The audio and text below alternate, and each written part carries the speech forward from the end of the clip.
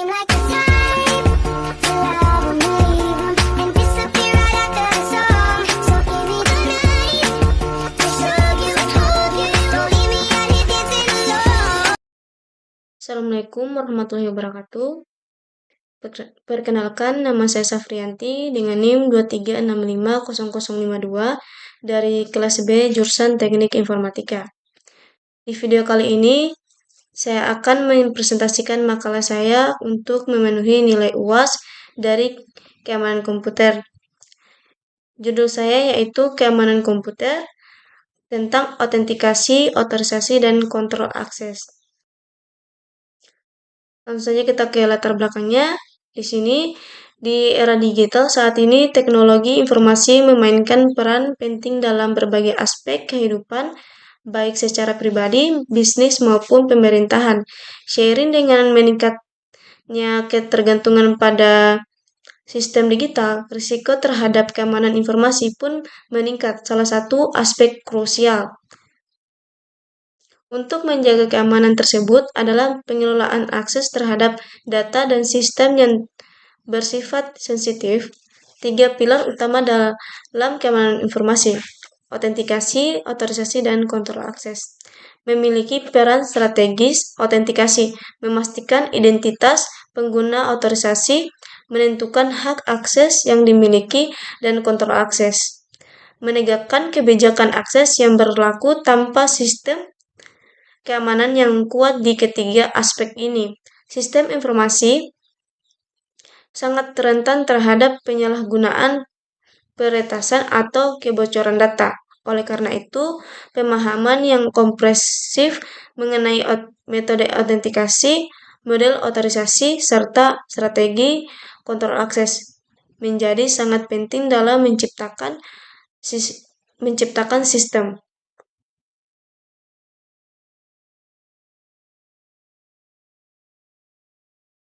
informasi yang sangat aman dan andal.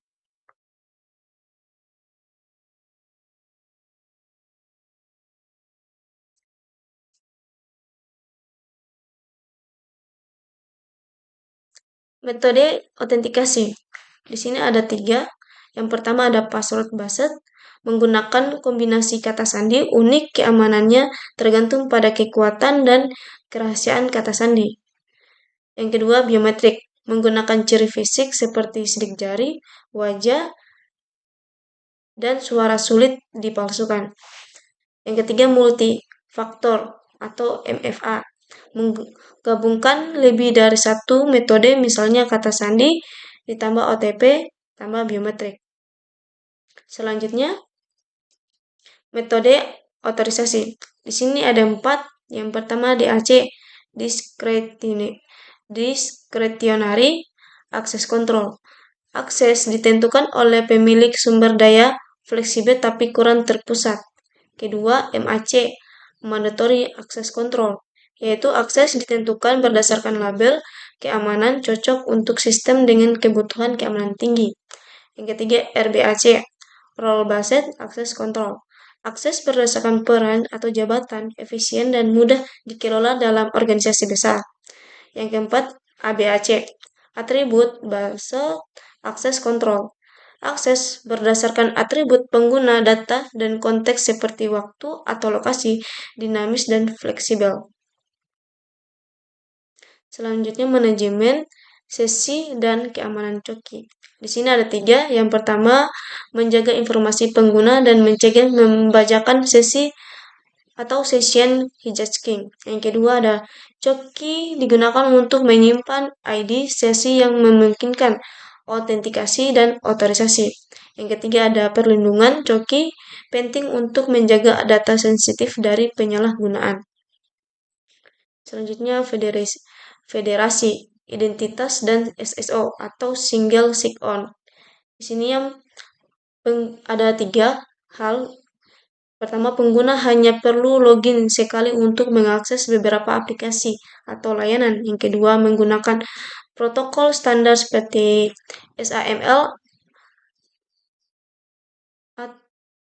AOUTH, dan OpenID Connect. Yang ketiga, SSO dapat berbasis cloud, on-premise, premise atau federasi antar organisasi.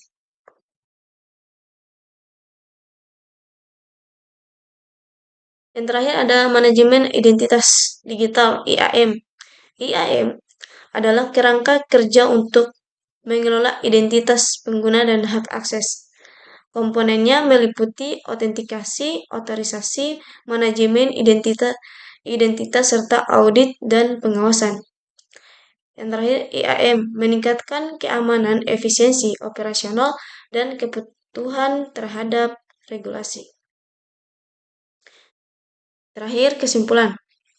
Keamanan sistem informasi adalah prioritas utama di era digital. Makalah ini membahas berbagai aspek penting termasuk autentikasi, otorisasi, manajemen aksesi, keamanan cookie, federasi, identitas SSO, dan IAM. Metode autentikasi memastikan hanya pengguna sah yang dapat mengakses sistem. Model otorisasi mengatur hak akses sesuai kebijakan, manajemen sesi, dan keamanan cookie, melindungi informasi pengguna dan mencegah serangan.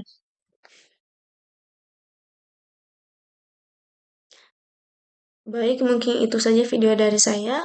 Bila ada kata salah, mohon maaf. Saya akhiri dengan ucapan wabillahi taufiq wal hidayah. Wassalamualaikum warahmatullahi wabarakatuh.